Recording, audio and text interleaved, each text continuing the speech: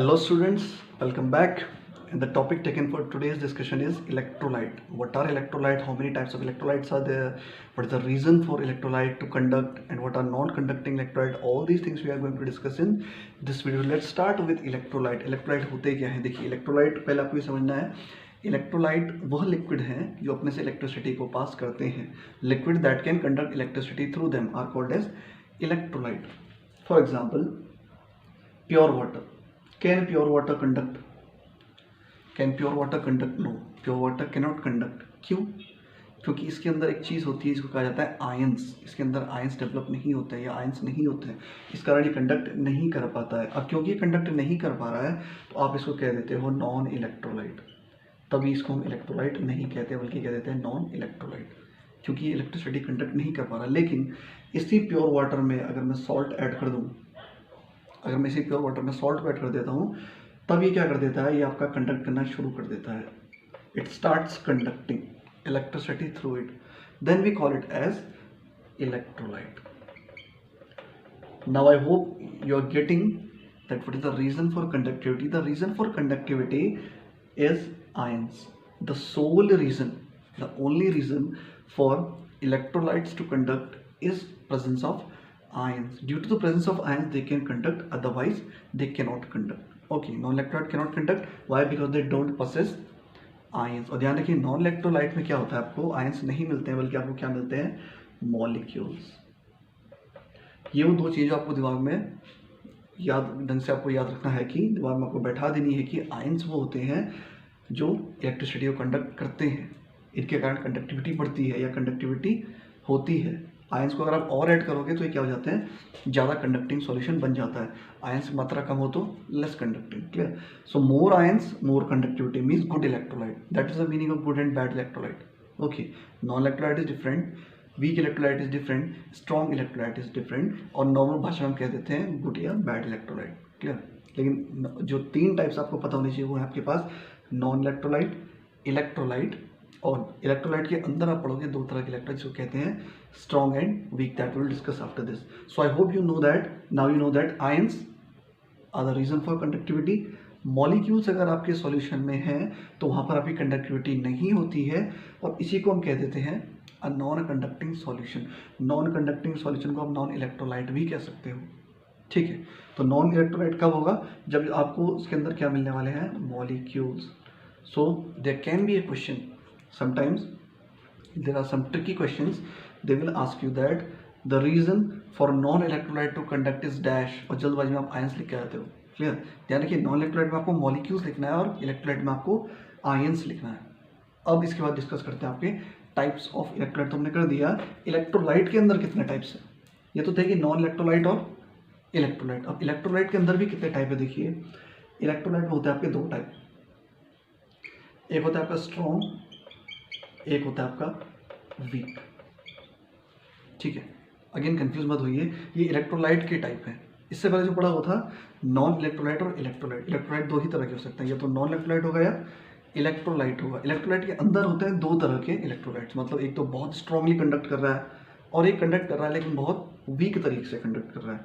Clear? Non electrolyte example देख लीजिए, आपको कन्फ्यूजन हो तो देखिए urea. Urea is an example of non electrolyte. Glucose, lactose, fructose, ethanol, methanol, all these are the examples of non electrolyte. Alcohol के example हो गए, आपके शुगर के एग्जांपल हो गए, यूरिया का एग्जांपल हो गया, NH2CO, ये किसका एग्जांपल है, ये एग्जांपल है आपके नॉन इलेक्ट्रोलाइट के. ये कंडक्ट नहीं करते. क्यों? क्योंकि अगर आप इनका एक्वस सॉल्यूशन देखोगे तो आपको सिर्फ क्या मिलने वाले हैं, मॉलिक्यूल्स. और आपको पता है कि मॉलिक्यूल्स के कारण कंडक्टिविटी नहीं हो सकती. अगर आप कंडक्टिविटी चाहते हो तो आपको क्या चाहिए, ions. Why? Because the sole reason for conductivity is ions. But here we are getting molecules, so they come under the category of non electrolyte. Example भी आपको दिमाग में रखना है कि आपके पास कौन कौन से एग्जाम्पल है. Keep these examples in your mind.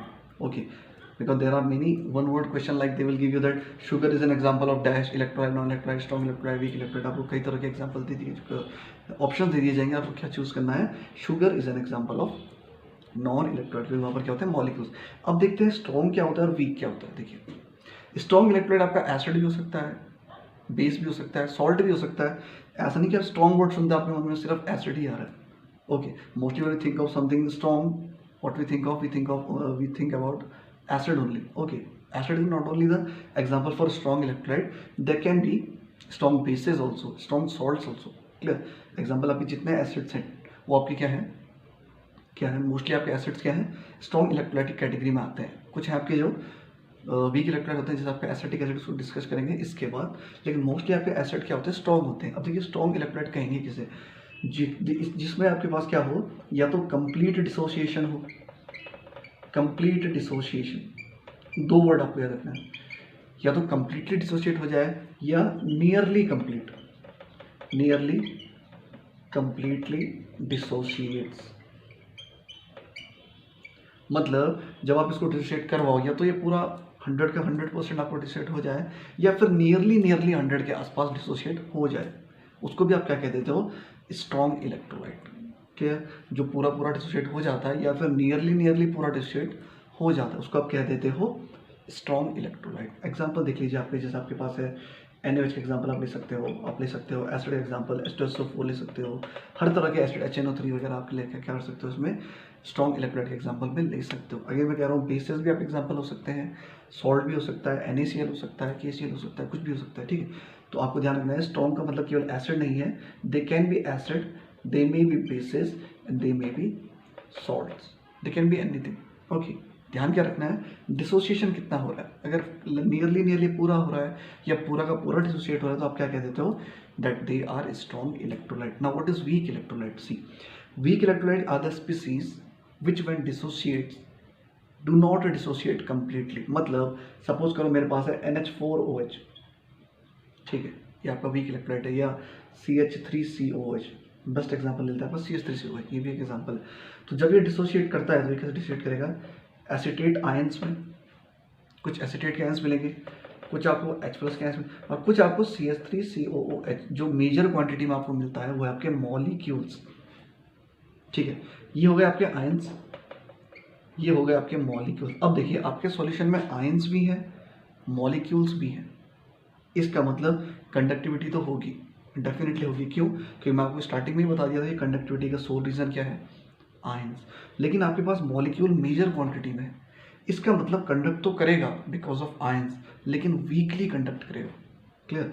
इस कारण ये क्या करता है, वीकली कंडक्ट्स।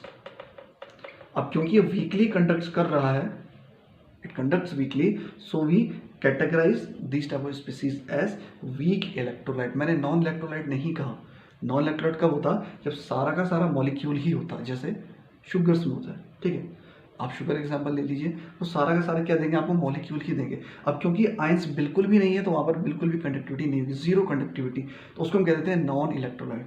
लेकिन यहाँ पर कुछ आयंस हैं, देखिए इसके जो मैक्सिमम क्वांटिटी जाती है वीक इलेक्ट्रोलाइट में, वो होता है आपका 5%। ज़्यादा से ज़्यादा अगर जाएगा 5 से ऊपर नहीं जाएगा, मैक्सिमम आपका कितना जाता है, 5%। मतलब 100 ग्राम आप डिसोसिएट कर रहे हो तो केवल 5 ग्राम आपको क्या मिलने वाले हैं, आयंस।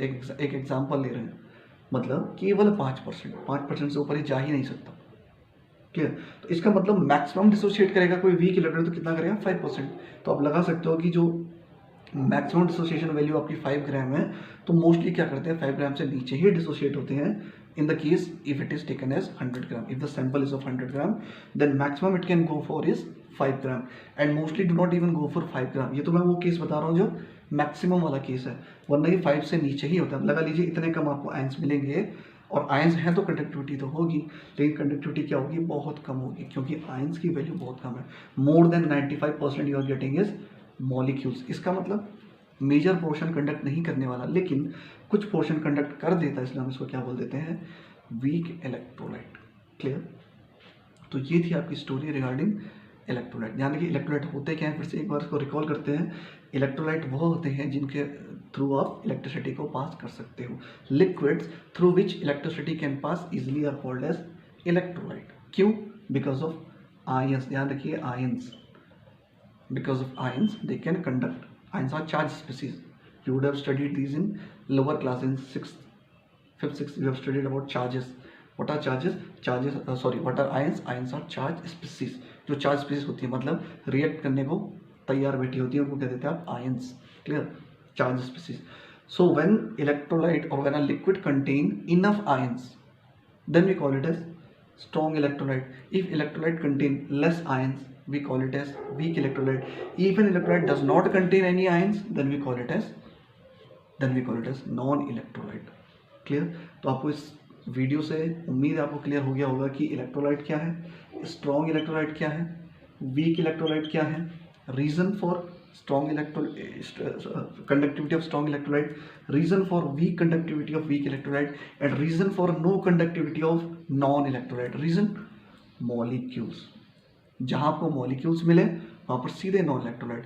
थोड़े से आयंस मिले तो आप कह दोगे वीक इलेक्ट्रोलाइट. काफ़ी आयंस मिले या कह सकते हैं पूरा डिसोशिएट ही हो गया, सारे आयंस ही मिले, आप कह देते हो strong electrolyte. That is why urine is best example of electrolyte which can conduct. Why? Because urine contains water with salts. Okay, urine is an example of an electrolyte. Why? Because urine contains dissolved salts. Pure water conduct नहीं करेगा, urine sample will conduct. Why? Because urine sample contains salt, and you know that salt are good electrolyte. good का मतलब अच्छी conductivity. Mostly आपको salt देते हैं, acid देते हैं, बेसिस देते हैं. कुछ एग्जांपल आपको याद रखना है, एक्सेप्शनल केसेस जहाँ पर आपकी कंडक्टिविटी वीक होती है, जैसे आपका अमोनियम हाइड्रोक्साइड वीक कंडक्टिविटी है, एसिटिक एसिड वीक कंडक्टिविटी है, नॉन कंडक्टिविटी सारे शुगर के एग्जांपल आप दे सकते हो किसमें, नॉन इलेक्ट्रोलाइट्स में. यूरिया का example NH2CO NH2 can be taken as the example for non electrolyte. So I hope these points are clear to you. Okay, and after